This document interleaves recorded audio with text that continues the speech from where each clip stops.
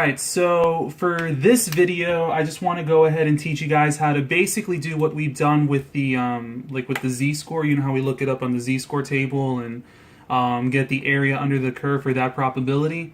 Well, I basically just want to show you how to do the exact same thing, but with your calculator. And I'm going to tell you right now, it's going to make your life a lot easier.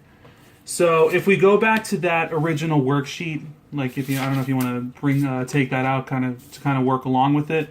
But I'm just going to do some of the same problems, but with the calculator instead. So either way, just kind of read it again. So the number of days a group of 250 homes is on the market is normally distributed with a mean of 50 and a standard deviation of 13. You don't really need any of that. But I'm going to do number 24, not number 24, number 4 again, where it's like, what's the probability for no more than 24 days? Right? Or for a home to be on the market for no more than 24 days. So first, I'm just going to kind of show you how we used to do that with the z-score. So no more than 24 days. If I kind of drew, you know, my bell curve, and 24 days was like, what, over here somewhere?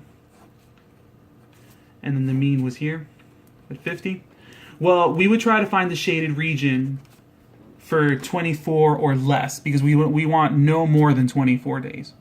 Right? So we need to find out what that area to the left of 24 is going to be. So in order to do that, we need to figure out what the z-score was. Right? So we know that z is equal to the mean. No, sorry. Your value minus the mean over the standard deviation.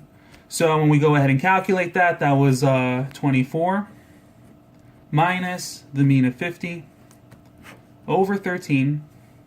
Right? And we calculate that, so 24 minus 50 divided by 13. So that was a standard deviation of -2. Okay? So then what we used to do, don't do it this way. Let's see. Grab my z-score table. So then we would go over here, and then we would look for the z-score of -2.00, right? And then -2.00, so that's that gave us an area of 0.0228. So 0.0228, right? And that was the probability, or the area of the region, which was basically almost like 2.28%. Okay? Well, I mean, it asked for probability, so this one right here was the answer. Okay, so that's how we do it with the z-score method and using the z-score table. However, it's much easier to just kind of use the calculator. And basically the calculator function that I want you to use is normalcdf. Okay, and when you type this into your calculator, the way you have to type it in is first you're going to put in your lower bound, then your upper bound. And I'm an idiot because I don't have any space here, but you're gonna and then after that you put your mean and then your standard deviation. Okay? My calculator actually kind of lists it out like this, like here. Well, I'll show you in a second. But either way, when you if you wanted to do this on the AP exam, there are a couple of things you got to make sure. You have to make sure that you list out each of these things first. You can't just say, oh, I did normal CDF and from my calculator and I got my answer. No, no, no. You have to actually list out your lower bound, your upper bound, your mean, and your standard deviation as a list on the side, and then you can type in your normal CDF function on the calculator. Okay? So, obviously our lower bound, we don't really have like a lower bound over here, right? You know, basically we just say less than 24.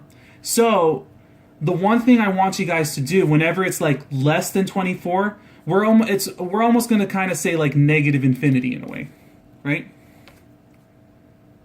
So, but you wouldn't put negative infinity in your calculator. What you would do, and this is something you have to make sure you do, something you have to make sure you know, is you would say negative e to the 99. Okay? this is basically, I mean, like if you think about it, like 1e to the 99, this is like saying 1 times 10 to the 99th power, right? Which is basically like, you know, however many trillion or whatever, right? This in a calculator is almost like saying, or like almost like saying infinity, right?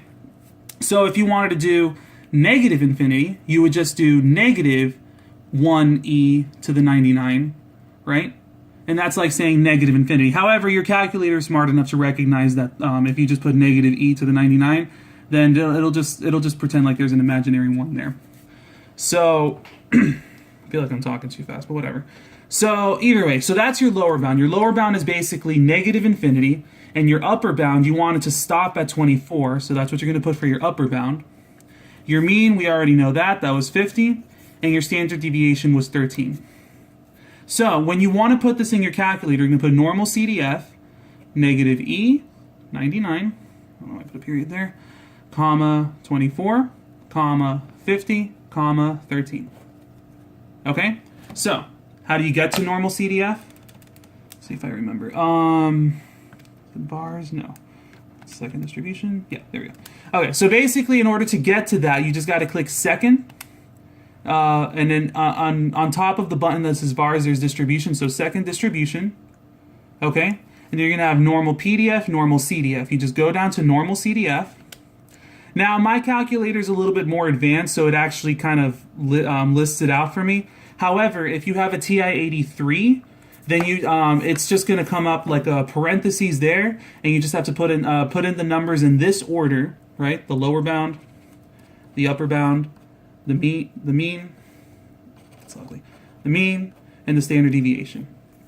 So either way, it just asked me here for my lower bound, so I'm going to put negative, my E, 99, my upper bound is 24, my mean is 50, and my standard deviation is that.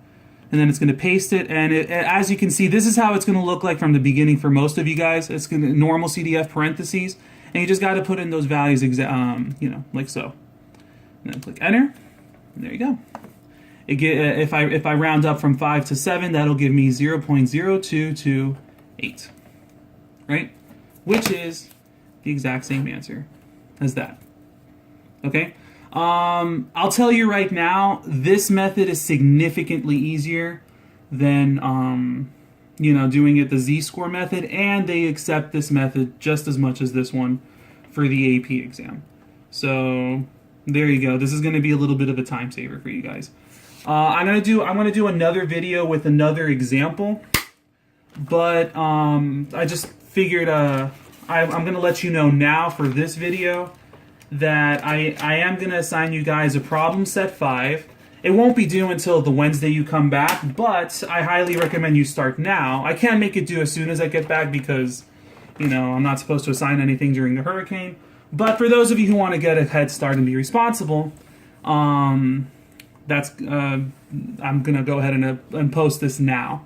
So either way, there's a problem you have to do, and you're going to have to do basically a whole bunch of calculations from 1 all the way down to 17. So there are 17 problems where I want you to use the calculator function, and I want you to actually write it out. That should give you plenty of practice for when to how to use the calculator. I'm going to post another video just to kind of show you guys like what if we had, you know, maybe 67, like 67 and above, just to give you guys another example. But this is basically the general gist of how to do everything. So tune back in soon.